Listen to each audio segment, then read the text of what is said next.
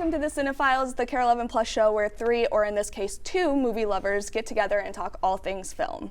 We'll be talking about some new movies as well as some movies we love. Correct. I'm Jamie Rogers. And I'm Brian Eggert. And Chris is on vacation, and I don't know who gave him permission to do that, but it wasn't me. Not me. But here we are. First up, we're going to be talking about the Fantastic Four, First Steps, the new release from the Marvel Cinematic Universe. Let's take a look. Are you the protectors of this world? Yes, we are. Your planet is now marked for death. Your world will be consumed by the Devourer. There is nothing you can do to stop him. For he is a universal... So this is the 5th Fantastic Four movie in my lifetime. Yeah. One made in 1994. One in 2005, a sequel in 2007, and then one in 2015. Those were all bad. Correct. I mean, the one from 1994, they didn't even release it in theaters. And that's arguably like the best one of the previous ones. Yes, it's like the most entertaining of them, ironically so. The new one I liked. I thought it really captured the spirit of Fantastic Four. I think it starts out just with a high energy. It drops you in, much like Superman did, into the plot with just a brief recap of what people's powers are, so you can kind of get an idea of it. I love the 1960s sort of retro futurist vibe. I felt like Tomorrowland at Disney had just sort of come to life in this movie. Kind of like the Jetsons. Yeah. I love that. That whole look of the movie is very unique within the Marvel Cinematic Universe. The cast, I mean, Pedro Pascal is great as Reed Richards. Sue Storm, you've got Vanessa Kirby, I think, doing a lot with this role, and typically that role in the previous movies has been somewhat diminished. Here she's carrying sort of like a cosmic child in the story. Ben Grimm, you've got Eben Moss-Bachrach, who's just great in this role, I think, doing a lot through motion capture. And then Joseph Quinn as Johnny Storm. So I think they have a fun dynamic. You've got Matt Shakman, who's from, It's Always Sunny in Philadelphia and WandaVision, kind of creating that family dynamic here, having fun with, more with the characters, I think, than plot. This is not so much a plot-driven movie, I think. Maybe in the second half it is, but the first half you're just kind of getting to know all these people. So I liked all that character dynamic, and I think the villain is, despite it being another world-threatening villain, which is totally like just Marvel, their bread and butter. Yeah. This was a cool villain. It's a different type of villain. It's so imposing that how are they going to defeat this thing? And it poses an ethical dilemma that I heard a lot of people debating about, in fact, after the movie, which is, should she give up her child to appease Galactus or let Galactus, consume the world? That's sort of the central question. And there were people actually after the movie who were debating that she should have just given up the baby. And that's wild to me. It's wild. And like they couldn't believe that she wouldn't just give up the baby to save the Earth. Even after knowing that they have had trouble, that's insane to me. It's insane, yeah. Wild movie, definitely open for some debate in terms of what's going on. I think it's maybe one of the best Marvel movies that is like the first introduction of characters like this. Stylistically, as I said, it's unlike anything that Marvel has done before. So I really liked it. Interesting. What did you think? So I didn't hate it. I will That's start progress. with that. I did not hate it. Yeah. But this is, like you said, the fourth movie sure, yeah. in the 2000s. Like, I didn't have high expectations. Right.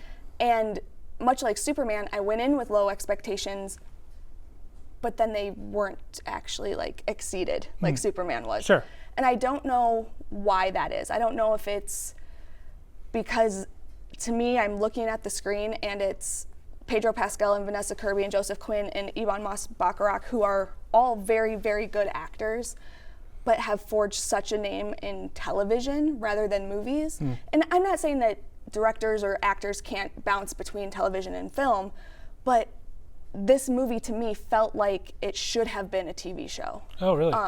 It just felt like there were things that episodes of a TV show would have been able to draw out a little bit, like the Natasha Lyonne, the Thing sort of relationship that Yeah. you don't really have any context. she never really leaves that block of Queens. I mean, there are people though who don't leave their blocks and they just live on those blocks because True. they have everything they need. But True. yeah, sure. But yeah, I just felt like some things could have been fleshed out a little bit more.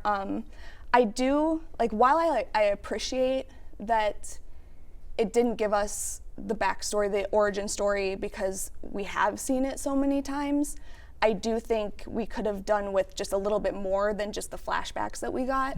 Sure. Only because we don't have a good Fantastic Four movie that has introduced us to these characters.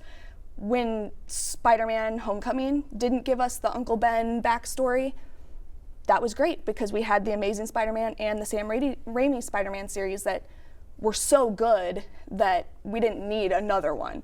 With Superman, Man of Steel is good. Like, we don't need another origin story. And this one I was like, could have done a little bit more, just a little. Sure. Just a little. Maybe that has something to do with, were you super familiar with Fantastic Four beforehand? Not probably as much as most people who are watching this movie. Like, Sure. They're not my top Superman or superhero group. Right. So I think Marvel's making an assumption that, like, people already know, and for the people who don't, they have this little kind of television, preview that sort of explains the last 4 years since they've been heroes, and that kind of sums it up for, the novices or whatever, and then jumps right in. So yeah, I'm probably coming in with some cultural knowledge that maybe you're not, and you wanted a little bit more. I totally get that. But my wife was actually the same way. She doesn't really care about the Fantastic Four and was just like meh to me. yeah. I totally get that reaction. Maybe I was just after so many bad ones. It was nice to get a good one. That's fair.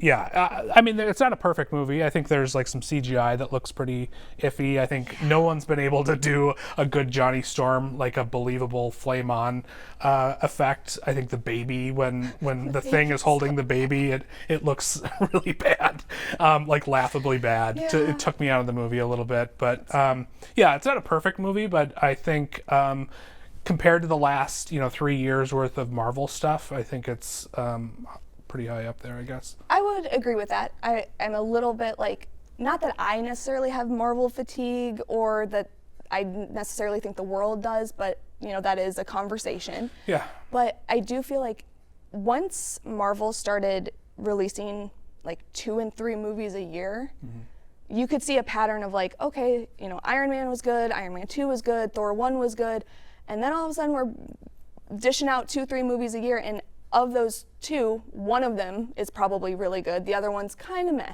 Yeah. When in the years that there are 3, it's like you're lucky if 2 of the 3 are really good. Right. And so since Endgame, I can't remember a Marvel movie that I was like, yeah, I love superheroes. This is exciting. Yeah. And this one kind of didn't do that for me either. And that's probably just me, because I'm not really emotionally attached to the Fantastic Four. Like, I love Spider-Man, I love Captain America. If this was a Captain America or a Spider-Man movie, maybe I'd feel differently. Yeah. But I did like that Johnny Storm wasn't just a bumbling idiot. Because I feel like in past iterations, he has been kind of portrayed that way. And Sue Storm did have the biggest plot and arc, but I do feel like I could have done without the only thing I'm here for is to protect my baby. Sure. Oh yeah, totally. kind of yeah. thing, but maybe that doesn't bother other people. I don't know. Yeah, I think I kind of justified that as like it's set in the 60s and maybe that's like the traditional American values of the time is, unfortunately that's the dynamic of the era. It's actually an interesting question. Does this movie take place in the 1960s or does it take place like in modern time? Like, it has honestly, to be the 60s. It has to be 60s, right? But Yeah. at the same time, given what we know about like who's playing Doctor Doom and, not to give anything away, but there's a Right. post-credit scene hinting at Doctor Doom. I don't know, the timeline just doesn't Yeah. make sense in my head. So But that's just Marvel, I think. Like the multiverse and the whatever, it's probably all the same timeline. Right. Just different time frames. I don't know. That's just me. sure. So what are you going to rate it? I would say try it, see it, I guess, somewhere in between those two, because most people will probably enjoy it. Yeah, I'd agree. I'd say see it. Perfect. So then the next big movie this weekend has been The Naked Gun, Right. which I was really excited for. But let's take a look at it first before we get into it. Police Squad has always been the elite of the elite. Hi, Daddy. It's me, Frank Jr. Love you. Hey, Dad. Boy, do I miss you.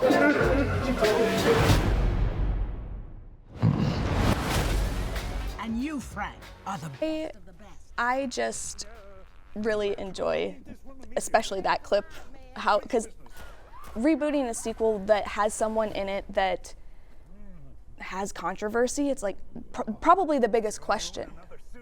Probably has the biggest question of how are you going to handle that? Like, he was accused of murder. Yeah.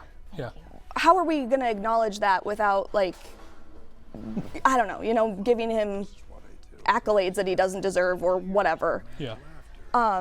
So I really enjoyed how they handled that. But this is, a legacy sequel of The Naked Gun, which was a Police Squad iteration. Yeah.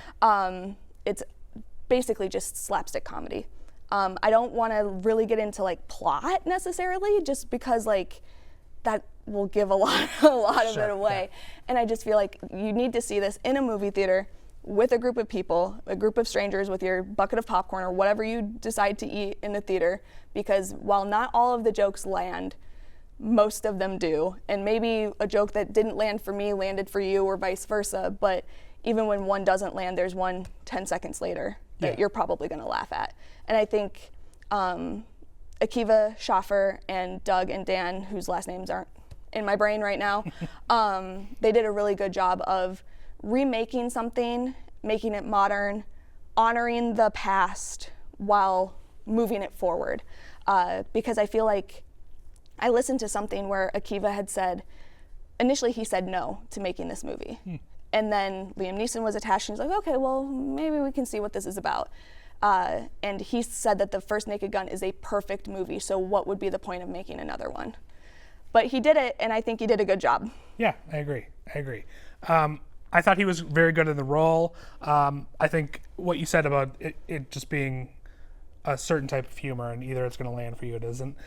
Spoof humor is just not my favorite type of humor. I do like certain movies in this genre, like the Zaz Group did Top Secret, which is a movie that I think holds up really well. The Airplane movie, the first one, was pretty funny. But this kind of humor, there were some times where I was laughing out loud, but I mostly just had a smile on my face as I was watching. That's fair. And there were some things that I thought didn't work at all. There's a whole kind of aside about an owl that didn't work for me, but the thing about the snowman did, Yeah. And it's just like these moments where it's kind of, some things work, some things don't, and it's 85 minutes long. I checked my watch actually when the story was over. 75 minutes had passed. It's like Nice. it's barely a feature film. Yeah. But I think the original Naked Gun was like 85 minutes or something. It was very short, very short. So yeah, it goes by, effortlessly, and you leave without thinking about anything except about how much you were laughing, probably. Exactly. So yeah, it's an easy film to recommend. Absolutely. I recommend it with my whole chest. I am a huge fan of The Lonely Island. Sure. And so I really enjoyed, like, when you think of The Naked Gun, I think, like, most people think this appeals to the older generation. More of those people might be willing to come to the theater to watch it, maybe not so much the younger generation. And I feel like there are enough jokes for the younger generation in this movie that everyone can enjoy it. So you absolutely need to see it in a theater. I agree. I would say see it as well. I mean, if you're a person maybe who is a little bit more like me, who doesn't love spoof humor, I'd say try it. But for most people, this is a see it. Absolutely. So coming up, we're going to talk about Together and a little bit about Neon and their impact on the horror landscape and just film in general. Yeah. Stay with us.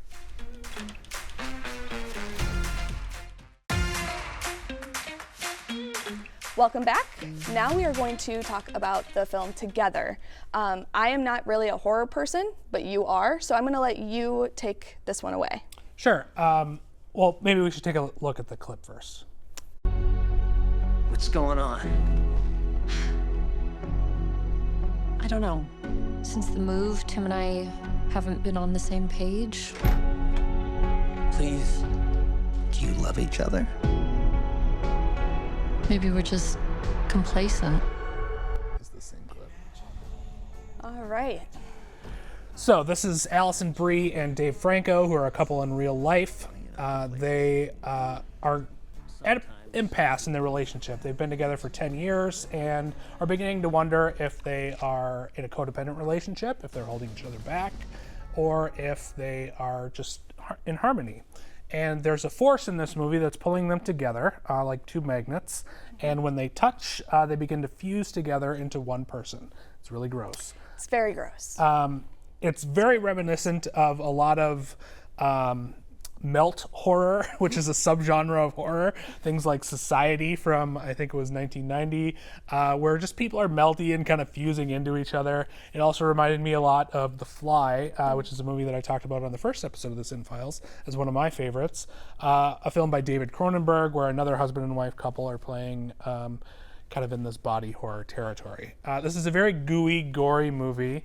I didn't really mind that so much, obviously. I'm not bothered by that sort of thing. And I think it had a nice hook. I don't think it has a lot to say necessarily about codependent relationships. I think it has just, hey, let's find a way to express through horror what a codependent relationship is like, and that's a nice metaphor. And that's about where I think the commentary ends. So I wanted a little more meat on these bones.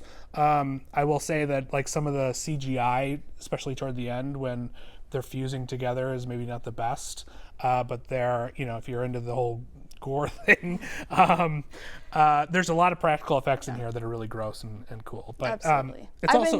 I was just going to say, I've been kind of telling people, if you've seen The Substance last year, it's kind of the same vibe. Not necessarily, Sure. but if you got grossed out with what was going on in The Substance, you're probably going to get grossed out with what's going on here. Yeah, and like The Substance, there's humor here. Yeah. It's a little bit easier to swallow because it's, there's some relationship commentary and there's jokes and you're laughing and it kind of takes the wind out of some of this vile horror stuff that you're seeing when you're laughing about it. Yeah, I saw this at Sundance, and I am not a horror person, as I've said 1,000 times, but my friends are. And we were all at Sundance, and so the majority of movies that they wanted to see were in the midnight section. Sure. And I can suck it up for a movie or two. So I went and saw this one, and the girl, my friend Maddie, who I saw this with, was like, now we're cooking with gas. This is great. Sure. But everybody in the theater, and I think maybe I like this movie because of the atmosphere that I saw it in, everybody was like, and like audibly like reacting, and it was an experience in and of itself. So I would recommend it just for that, but my sister went and saw it this weekend, and she went, are you gonna talk about it on Cinephiles this week? Are you gonna tell people to see it? Because I really don't think you should. It was gross. I mean, that's the kind of reaction, though, that you want. It's doing what it's supposed to when you're squirming in your seat and you're laughing and the audience is reacting that way. I think that's what's so great about horror and comedy is that, like, they're so instinctual and innate.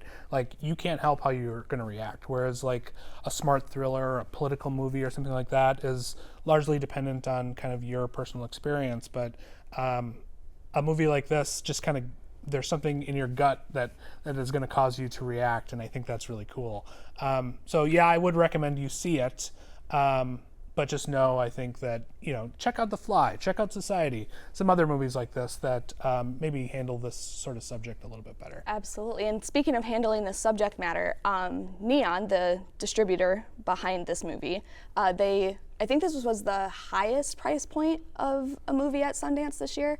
I can't remember, I think it was like $17 million that they bought it for. They're giving away a trip to Vegas to get married for promo for this movie, for free couples therapy for promo for this movie. And I just find what they're doing in not only the horror landscape itself, but all of the films that they acquire is really interesting and really unique, and I really enjoy what they're doing. Yeah, they have a great buzz machine. I will say that, like, a lot of their horror movies have a great hook like this. Longlegs, The Monkey, Cuckoo from last year, they all have a great hook, and I'm always just a little disappointed because they're sold so well, and the trailers are so good that I want a masterpiece, and they're always just like, oh, that was okay. That's fair.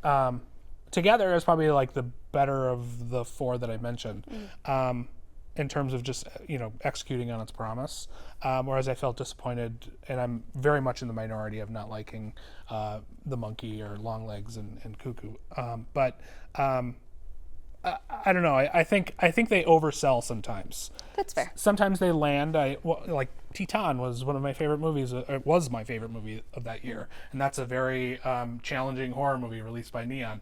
But I want a little bit more substance behind their horror movies, I think. That's fair. I do feel like it's interesting to me to see what movies they really, really push and what movies they don't push, because like Palm Springs, the Andy Samberg film from 2020, and granted it was the pandemic year, right. But I didn't really see much of that. But then you look at Anora, they pushed that and pushed that and pushed that, and it ended up winning 4 Oscars. Yeah. And if you would have told me at the beginning of the award season last year that Anora was going to win Best Picture and Sean Baker was going to take home writer, director, and editor, I would have thought you were insane. Yeah, absolutely. But they are so good at what they do, and I wish that they could get the horror stuff to just be like the other stuff that they have. Yeah.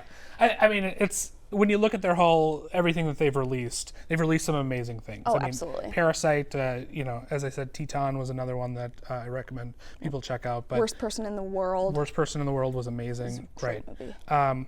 And sometimes they advertise, really well and get people really interested in movies that they might not normally see, and I love that about them.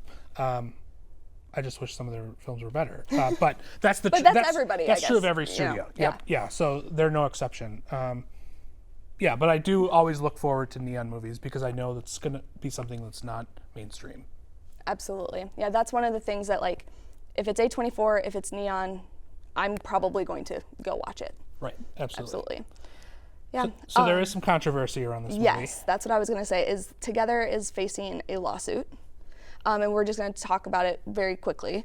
From my understanding, Alison Brie and Dave Franco were presented a movie many years ago, similar concept, and now Michael Shanks is experiencing a lawsuit, as well as Neon and Alison Brie and Dave Franco and everyone that's involved. Yeah. The movie was called Better Half. You cannot find it online. I scoured the internet, both legal and illegal means, like trying to find a copy of this, just to see if it was going to be, a worthwhile, like if there was anything to this lawsuit. And I couldn't find anything. It's not available online anywhere. But I read a synopsis, and it sounded similar.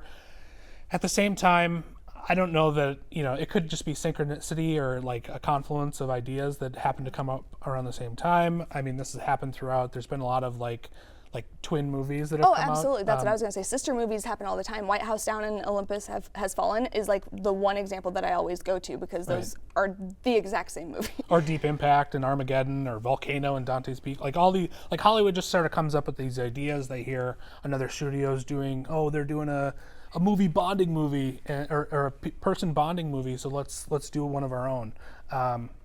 So it happens.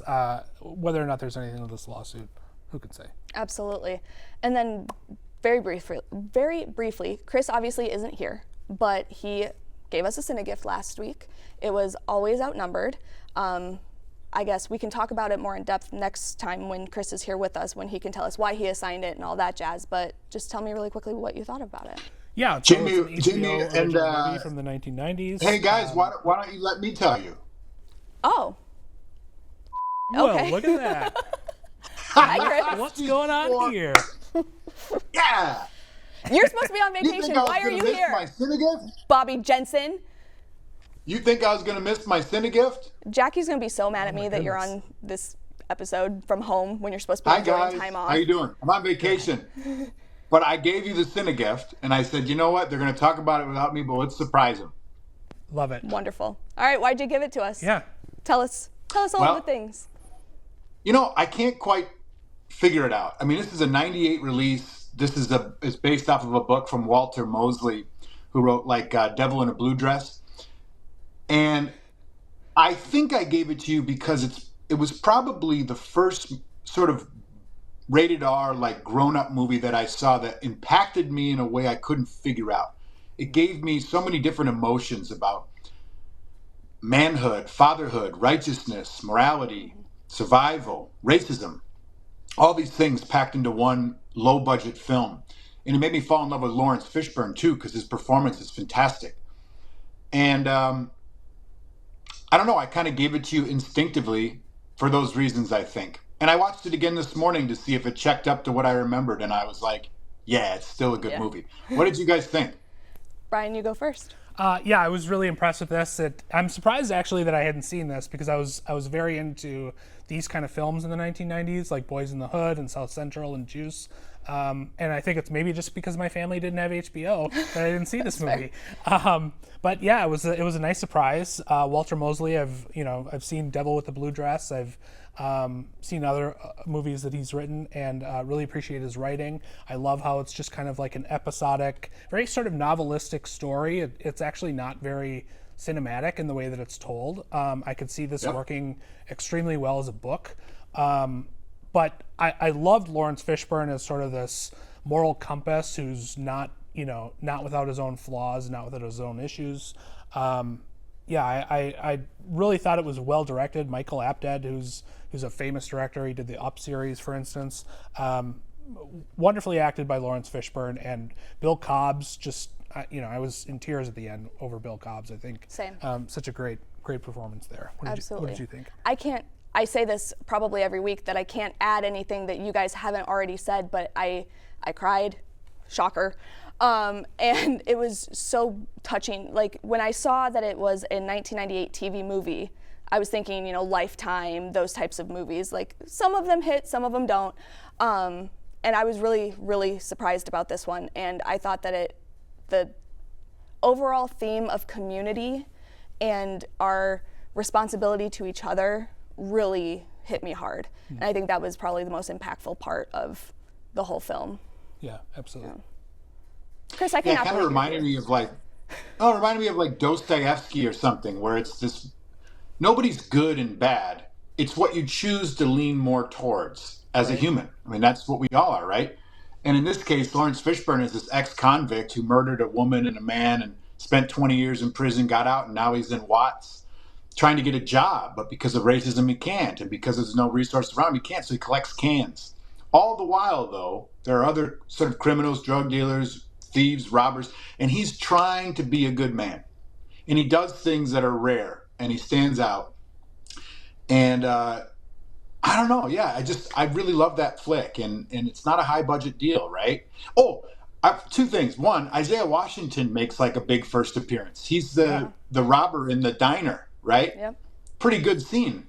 And the other one I thought of that I didn't realize as a kid was there's a chase scene where Socrates, which is Lawrence Fishburne, is chasing that guy through the alleys and everything because he told him he has to leave town because he's a murderer.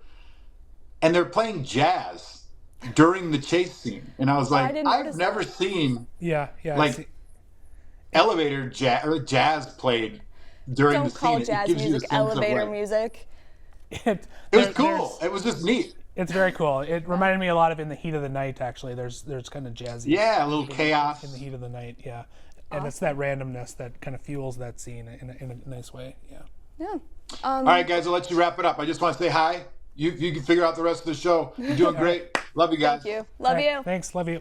Have a good day off, since you're clearly Will not do. off. Cheers. What would you like to assign Chris and I for, and the audience, for our next episode? Yeah, so Chris mentioned last time that he was sort of surprised that I was writing an essay about The Sea Wolf, which is a movie that kind of had historical allusions to Hitler in the 1940s, and he seemed surprised that anyone would tackle that sort of subject. So I wanted to recommend something that kind of explored that idea a little bit more, but that also wasn't completely heavy. I feel like we've been dealing with a lot of heavy films for the Cinegift, so I wanted to recommend 1940s The Great Dictator, starring Charles Chaplin, written, directed, composed, produced by Charlie Chaplin, an independent film in 1940. Thank you for being here today, Brian. You as well. As always, and we will see you guys next time. See ya.